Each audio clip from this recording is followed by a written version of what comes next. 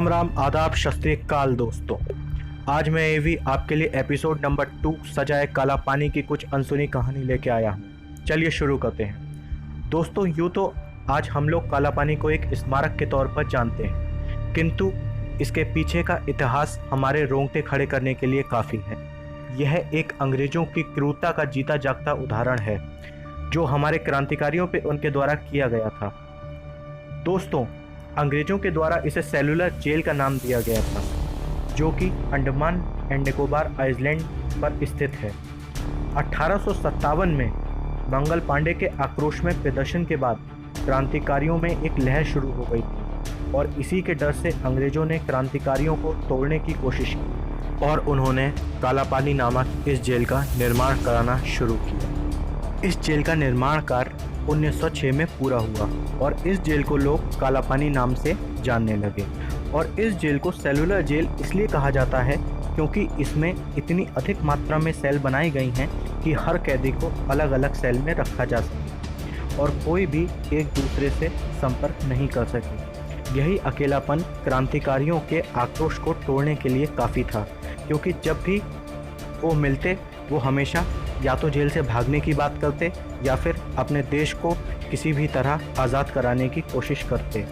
इसीलिए उन सबको अंग्रेज़ों के द्वारा अलग अलग सेल में रखा गया। चूँकि ये जेल पानी से घिरी हुई थी और चारों तरफ सिर्फ पानी था, तो कोई भी कैदी यहाँ से भागने में असमर्थ था।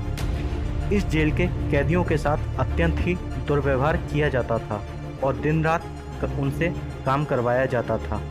इस नर्क से बचने के लिए कुछ कैदियों ने यहाँ से भागने की भी कोशिश की थी, लेकिन वह कामयाब नहीं हो पाए और उन 238 कैदियों के लिए वहीं पकड़ लिया गया, जिसके बाद कुछ कैदियों ने तो डर से आत्महत्या कर ली और बाकी बचे हुए कैदियों को ब्रिटिश सरकार के द्वारा फांसी दे दी गई। इसके लिए कुछ कैदियों के द्वारा भूख हड़ताल भी की गई, लेकिन अंग्रेज़ों के द्वारा उनके मुंह में ज़बरदस्ती खाना ठूस दिया गया और जिसके कारण कुछ कैदियों की इसी ज़बरदस्ती के कारण मौत हो गई। और इसी सब के चलते जापान ने 1942 में अंडमान निकोबार पर कब्जा कर लिया और ब्रिटिश सरकार के बनाए हुए इस जेल में ब्रिटिश के लोगों को ही बंद कर दिया गया, जबकि गांधी जी के द्वारा चलाए गए आंदोलन की वजह से वहाँ के लोगों को छुड़ा लिया गया।